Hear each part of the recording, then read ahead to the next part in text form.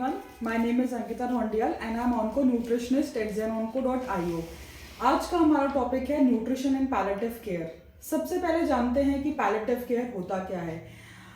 कई बार पेशेंट्स जब and stage या उनका डॉक्टर्स कह देते हैं कि अब आपको सिम्टोमेटिकली ट्रीट करेंगे, यानी कि जो सिम्टम्स हैं बस उसका ही ट्रीटमेंट देंगे।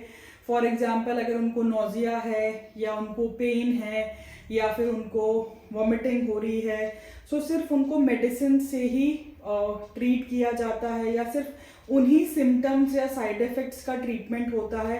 अदरवाइज उनका कोई भी डिजीज़ रिलेटेड कोई कीमोथेरेपी, रेडिएशन या कोई भी सर्जरी नहीं होती। That means they are towards the end stage, that is called palliative treatment या पैलेटिव स्टेज। सो इस टाइम पे हमें न्यूट्रिशन में किन किन चीज़ों का ध्यान रखना चाहिए और क्या चीज़ें बहुत ज़्यादा इम्पॉर्टेंट रोल प्ले करती हैं।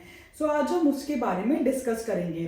सो फर्स्ट ऑफ ऑल हमको इस चीज़ को एक्सेप्ट करना कि हम एक बीमारी का ट्रीटमेंट चल रहा था, उसके दौरान जो साइड इफ़ेक्ट्स हैं, मैं समझ सकती हूँ कि ये बहुत ही डिफ़िकल्ट फेज़ होता है जिसमें बहुत सारे पेशेंट्स कई बारी जिनको इमोशनल काउंसलिंग की, इमोशनल स्ट्रेंथ की बहुत ज़्यादा ज़रूरत है, काउंसलिंग की बहुत ज़्यादा मोरओवर ज़रूरत होती है। डाइट तो एक बहुत ही इम्पॉर्टेंट एस्पेक्ट है, बट एक केयर, एक सपोर्ट, इन सब की भी बहुत इम्पॉर्टेंट रिक्वायरमेंट है। तो आइए एक एक करके इन सब चीज़ों पे हम बात करते हैं। सबसे पहले हम बात करेंगे न्यूट्रिशन पे। सो जैसे कि मैंने बताया कि पैलेटिव ट्रीटमेंट में हम सिर्फ और सिर्फ साइड इफ़ेक्ट्स जो होते हैं सिर्फ उनको ही सिम्टोमेटिकली ट्रीट करते हैं। जैसे कि अगर किसी को नोजिया हो रहा है या किसी को वॉमिटिंग हो रही है तो उसको वैसी ही डाइट हम प्रिस्क्राइब करेंगे कि जिससे पेशेंट को वॉमिटिंग स्टॉप हो जाए या जिससे पेशेंट को नोजिया कम हो जाए या जिससे पेशेंट को उस टाइम पे जो तकलीफ़ हो रही है या दिक्कत हो रही है वो सब चीज़ें कम से कम हो या उसको पेन ना हो, परेशानी ना हो, ईज आउट करे, खाने में कोई तकलीफ़ ना हो। सो यूजुअली जब वॉमिटिंग होती है ड्यूरिंग द पैलेटिव ट्रीटमेंट या पैलेटिव केयर में, सो उस टाइम पे हम डाइट सजेस्ट करते हैं जो कि बहुत ही ब्लैंड डाइट है, जिसको खाने में आपको आराम हो, आप आराम से निगल सकें, जैसे कि खिचड़ी, दलिया या ओट्स जो आपको इजीली आप निगल सकते हैं। So depending upon patients requirement, depending upon patients condition depend करता है कि कैसी डाइट हम प्लान करते हैं। सो बहुत ज़रूरी है during the palliative care treatment आप एक ऑन्को न्यूट्रिशनिस्ट के साथ एक गाइडेंस लें और उनसे डाइट प्लान प्रॉपरली बनवाएं जो कि कैलोरी डेंस है, प्रोटीन्स है उसमें, और हम एक प्रॉपर न्यूट्रिशन प्रोवाइड कर रहे हैं। सिमिलरली अगर पेशेंट को जो सिम्टम्स हो रहे हैं जैसे कॉन्स्टिपेशन है या माउथ में अल्सर्स हैं, कई बार देखा गया है कि पैलेटिव ट्रीटमेंट के दौरान पेशेंट्स को ट्यूब फीडिंग भी होती है, यानी कि उनके नली लग जाती है या ट्यूब लग जाती है। तो उस दौरान भी प्रॉपर गाइडेंस लेना बहुत ज़रूरी है। एक न्यूट्रिशनिस्ट से प्लान बनवाना ज़रूरी है कि पेशेंट को कैसे फीडिंग देना है, कैसे ट्रीटमेंट देना है, क्या डाइट उनके लिए इम्पॉर्टेंट है। हर 2 आवर्स में मील्स लेना बहुत ज़रूरी है। एक प्रोटीन रिक्वायरमेंट बढ़ जाती है, तो प्रोटीन्स में हम उनको क्या क्या चीज़ें दे सकते हैं।